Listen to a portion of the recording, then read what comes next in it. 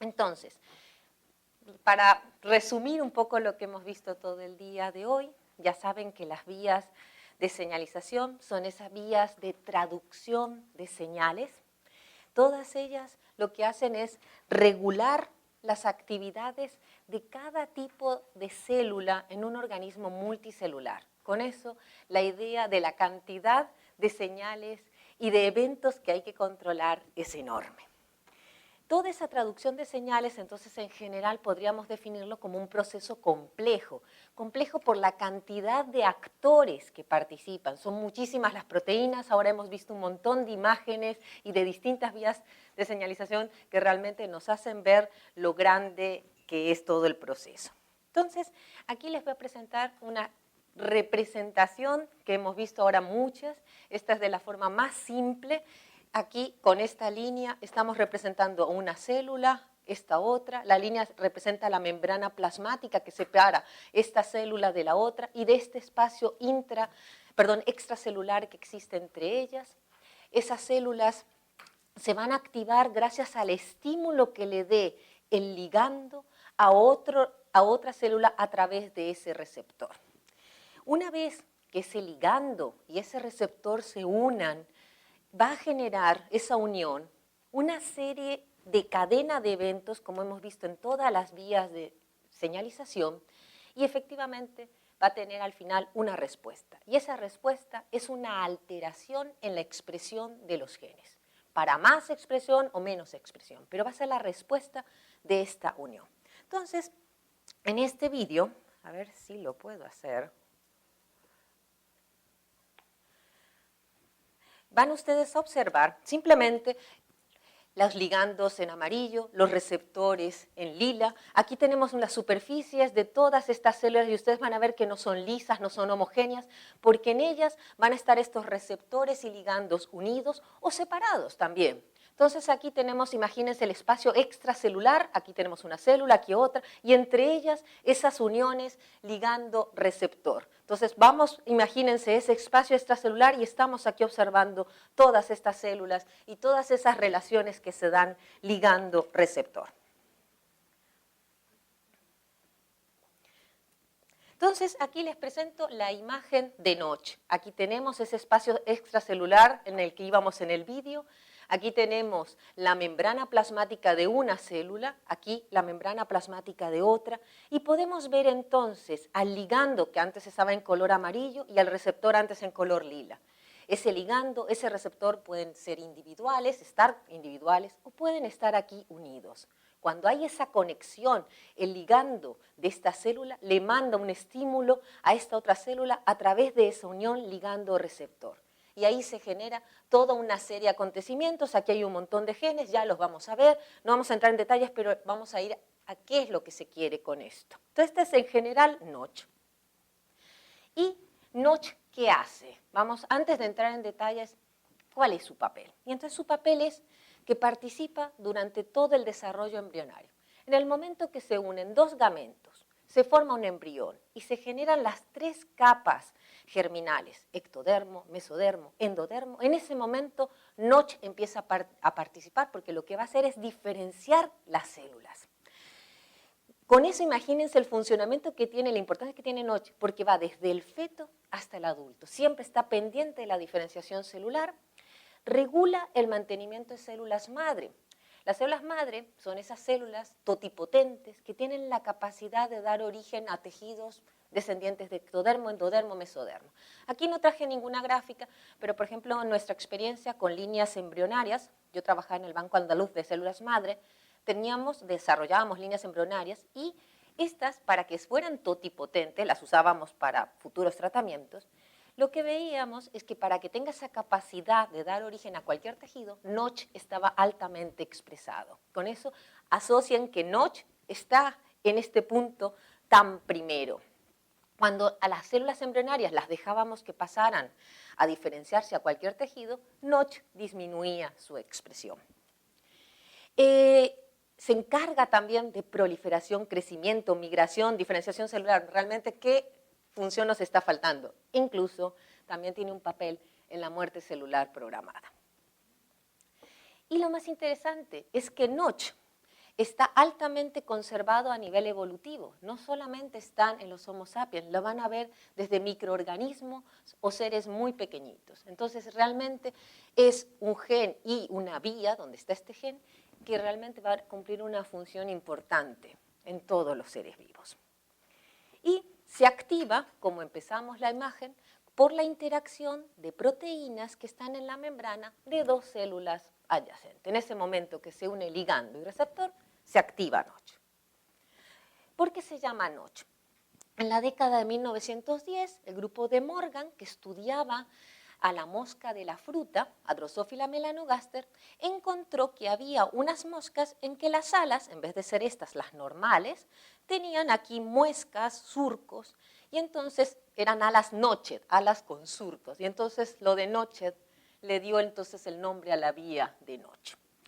Y aquí es un ejemplo de que vemos que si no está bien formada es por una falta de inducción de señales. En cambio acá, en los órganos sensoriales, que esto es lo normal, el wild type, vemos aquí solamente un filamento. En este caso, que es lo alterado, vemos que hay varios, esto es porque hay una sobreexpresión de señales de Notch. Entonces aquí un ejemplo de sobreexpresión y aquí de falta de expresión. Históricamente, ya década de los 40, se ve que la pérdida de este gen de Notch es letal en embriones. Ya vemos que si participa en todo, proliferación, diferenciación, crecimiento, pues si no está, obviamente es letal. En la década de los 70 se describen mutaciones de este gen que inducen, por ejemplo, una estirpe neurogénica en células que estaban destinadas a ser epidérmicas. O sea, que también esa diferenciación celular puede verse alterada si hay alteraciones de esta vía. Posteriormente, dos grupos independientes, pero más o menos en la misma época de los años 80, determinan la estructura de Notch como un receptor de un dominio transmembrana, que como ya hemos visto en la mañana, transmembrana está atravesando la membrana plasmática teniendo una parte del gen, un dominio hacia el exterior y una parte con estructura hacia el interior de la célula. Entonces volvemos a esta vía, aquí tenemos el ligando y el receptor individualizados, aquí unidos. Y lo interesante es que una vez que se une el ligando y el receptor, entra en juego un montón de enzimas. Aquí, por ejemplo, está este complejo, que lo que va a hacer es muy parecido a unas tijeras químicas, es decir, cortar el dominio extracelular del dominio intracelular, de tal manera que esta porción ingrese al interior del citoplasma hasta llegar al núcleo, atraviese el núcleo y se una al ADN para permitir la transcripción de un montón de genes. Aquí ustedes observan esta flecha es símbolo de activación, transcribe genes es que se produzca el producto de cada uno de ellos. Si este pedacito intracelular de Notch no entrase, aquí ustedes van a observar este grupo de genes con una línea totalmente truncada, es decir, una inactivación, estos genes no se van a activar. Pero obviamente este proceso de transcripción no puede ser continuo, porque esa es la característica del cáncer, cuando hay una transcripción continua sin control alguno. Va a haber externamente también otros genes que, como ven la línea truncada, van a estar controlando este proceso. No puede haber un cambio de que ingrese esta porción todo el tiempo y esté transcribiendo.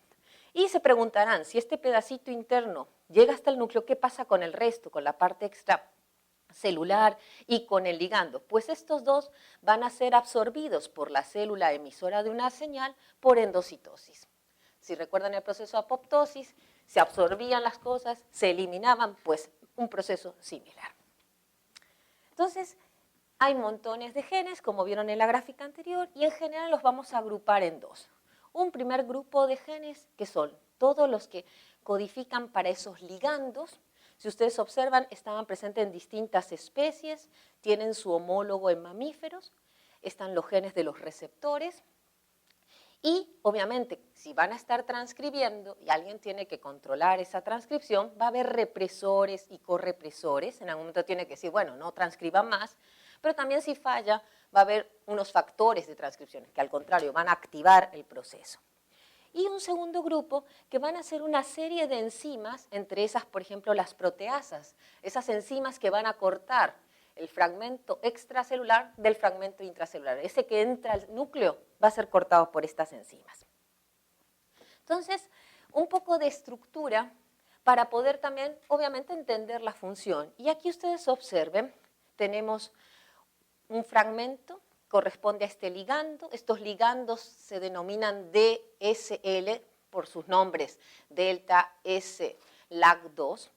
Y si ustedes observan, la estructura varía un poco, pero más o menos se mantiene en especies como Drosophila, como la rata, como el pollo, como el ratón, como C. elegans.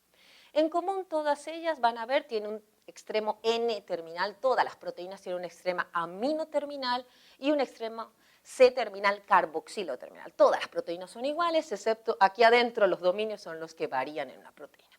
Y si ven, todas ellas tienen este circulito NT, dominio extracelular, aquí tienen la membrana plasmática, seguido de DSL, que son estos ligandos, seguidos de EGF, el factor de crecimiento epidérmico, CR, residuos de cisteína.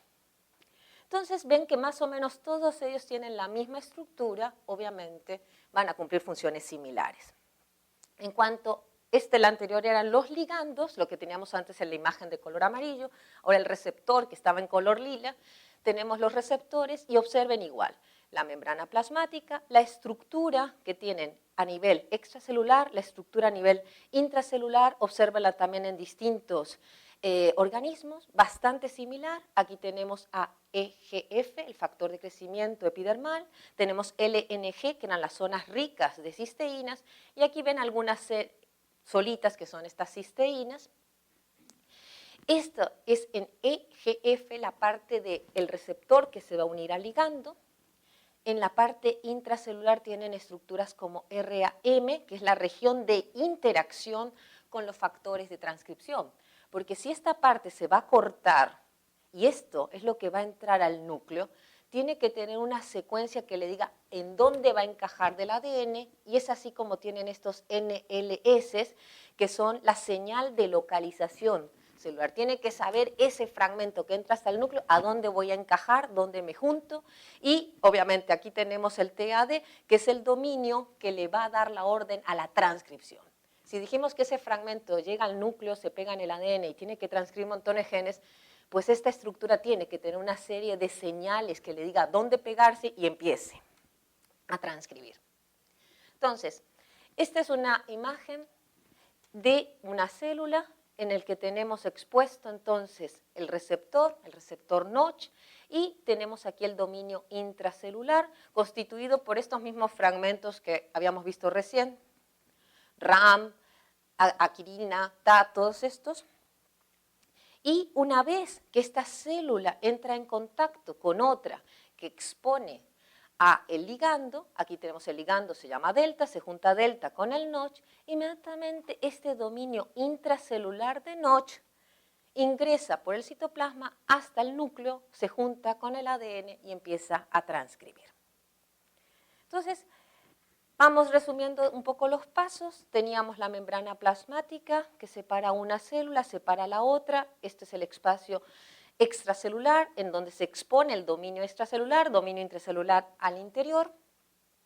Una vez que el receptor se une al ligando, inmediatamente entra en juego una serie de enzimas que van a separar el dominio extracelular del dominio intracelular, y este va a ingresar al núcleo, ahora lo vamos a ver, y esta parte, lo que decía, va a ser absorbida por la otra célula por endocitosis. Una vez en el citoplasma, migra y se va a unir a este factor de transcripción, SUH, no importa el nombre, simplemente se une ese factor de transcripción y se trasloca al núcleo, se junta aquí al ADN, el ADN representado por este par de líneas, se junta al ADN y empieza a transcribir, a generar producto proteico de un montón de genes. Eso es su función, pero también tiene que haber una regulación y, como decía, no siempre va a ser eso. A veces, en vez de juntarse a este factor de transcripción, ese factor de transcripción decide juntarse a otros genes que a su vez va a llamar a otros correpresores y realmente no va a haber transcripción, porque no interesa a veces, tiene que haber un equilibrio.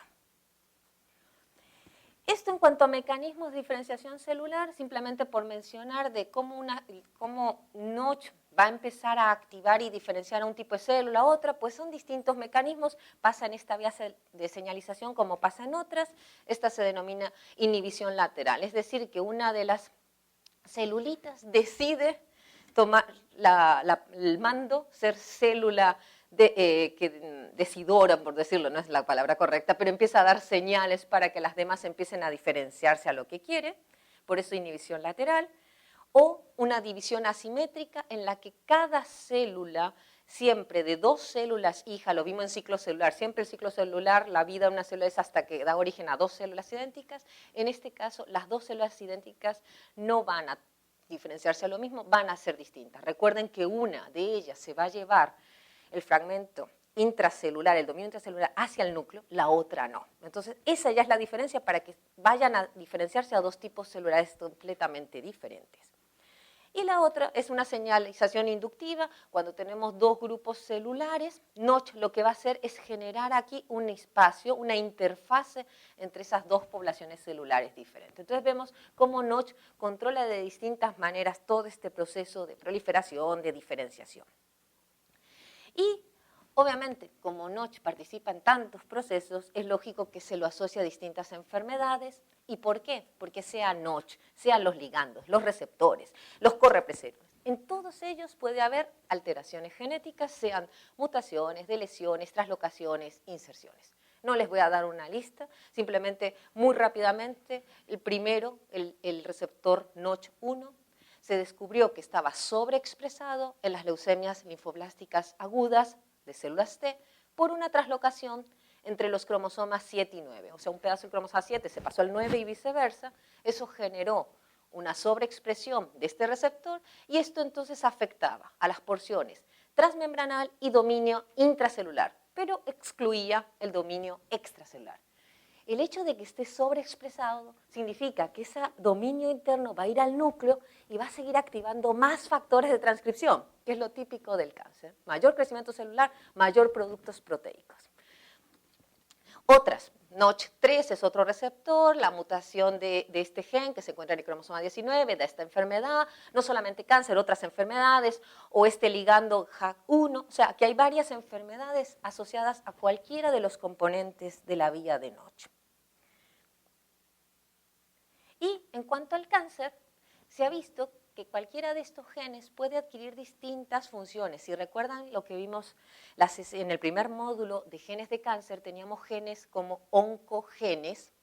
La función de oncogenes es que de los dos alelos, el alelo que heredamos de padre, el alelo que heredamos de madre, con que uno solo de ellos esté mutado, es suficiente para que se active la función. Por eso se dice una función oncogénica gana función.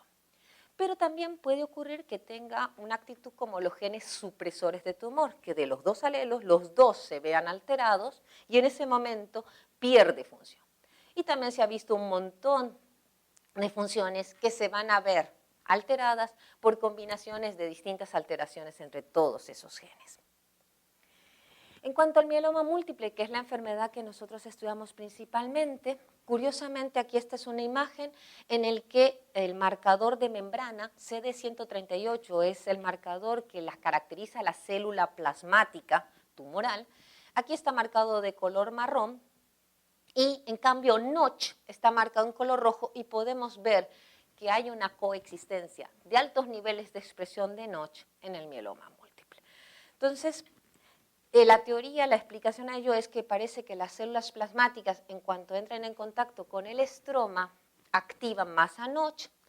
Se ha visto que obviamente esa activación lo que va a hacer es que la célula plasmática no reaccione a lo que son todas las drogas que inducen apoptosis. En el módulo anterior también les contaba que en mieloma descubrimos un mecanismo alternativo para evadir apoptosis, que es el acortamiento de cromosomas, acortamiento de telómeros, pero no un punto para morir la célula, sino un punto para que sea una célula tumoral que siga sobreviviendo, pero que no muere. Entonces, claro, ante eso vamos conectando ideas. La célula sufre alteraciones, el cromosoma sufre alteraciones, pero no entra en apoptosis. Y luego, obviamente, la activación de Notch también causa alteraciones en la expresión de P21. en lo que les contaba en la sesión anterior y lo vuelvo a recordar. Si ustedes recuerdan en ciclo celular la importancia de pasar de las fases G1 a S, a G2, a mitosis. Había unos checkpoints, si recuerdan acá, ya casi les voy a contestar las preguntas que por ahí van. Y resulta de que para que pase una célula de la fase G1 a S, si ustedes recuerdan, teníamos este complejo de dos genes, retinoblastoma E2F. Estos se van a separar siempre y cuando retinoblastoma se fosforile. ¿Pero quién controla la fosforilación? Pues este complejo de quinasas dependientes de ciclina y de ciclinas D. Este complejo es el que va a fosforilar. Pero también estos no pueden estar permanentemente fosforilando, porque si fosforilan a RB, E2F le da la orden también a que se transcriban un montón de factores de transcripción. Otra vez un problema. Entonces no se puede separar tanto así. Alguien tiene que controlar esto y justo quien controla son los inhibidores de las quinasas dependientes de ciclina. Justo P21, lo que les decía que tenía alteraciones. Si hay sobreexpresión de Notch, alterado, justamente los inhibidores.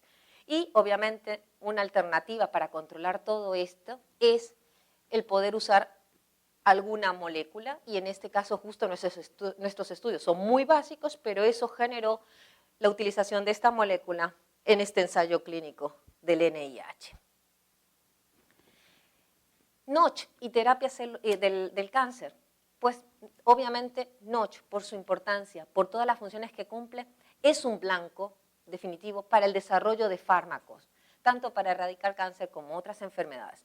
Y para ello, distintas alternativas. Una, la utilización de anticuerpos monoclonales, efectivamente para EGF, que es la parte del receptor que se une al ligando. Y específicamente más en las posiciones 11 y 12. Las ventajas, pues los anticuerpos monoclonales fáciles de expresar, son de peso pequeñito, 10 kilodalton, y su biodistribución es eficiente.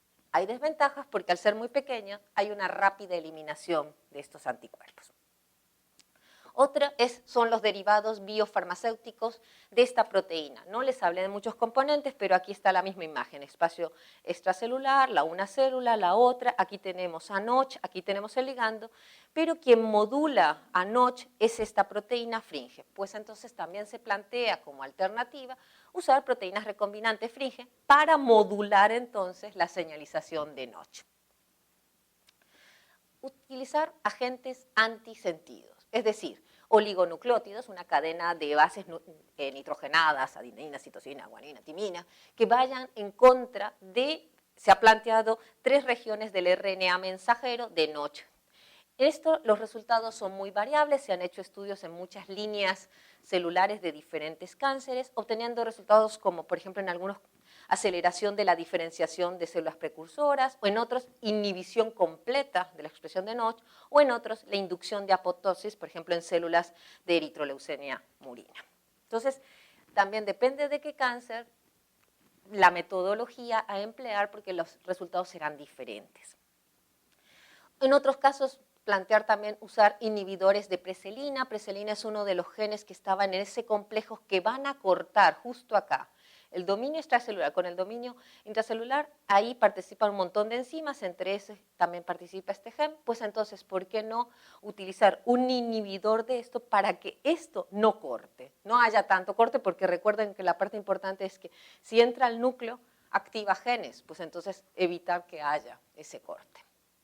Y bueno, hay varios para este gen, hay 12, hasta el momento se han descrito 12 inhibidores, y uno de ellos, por ejemplo, se ha visto que causa la supresión del crecimiento de células T6E, que son una línea celular de leucemia linfoblástica de células T. Y finalmente, ya ven que dije que iba a ser corto, no los iba a agotar, el poder decir que la capacidad que tiene esta vía de señalización de Notch en influir en un montón de aspectos importantes del desarrollo, realmente exige una manipulación adecuada de todos los elementos, de todos los genes y proteínas que componen la vía celular, porque realmente podría tener una aplicación médica por medio de terapias génicas o celulares para poder controlar que funcione adecuadamente la vía de señalización. Entonces, con el fin de regular la señalización Notch, se ha considerado el uso de proteínas recombinantes, péptidos, péptidos sintéticos, anticuerpos monoclonales, oligonucleótidos antisentido, etc. Se está trabajando en ello. De hecho, en octubre de 2012, a dos españoles, a Carlos Cordón Cardo y Domingo Domenech, le publicaron en Cancer Cell un paper justamente en que plantean un nuevo tipo de terapia, una terapia que es combinación de quimioterapia, que va a matar la célula tumoral, pero también inhibidores para la vía Notch, porque la célula madre tumoral no responde a la quimioterapia. Entonces ellos dicen, combinemos las dos cosas, matemos la célula tumoral con la quimioterapia, pero matemos la célula madre tumoral inhibiendo a Notch. Y finalmente, obviamente, esto es muy importante, se abre un campo de investigación prometedor en la industria farmacéutica para el desarrollo de todos estos agentes antineoplásicos. Si tienen alguna pregunta.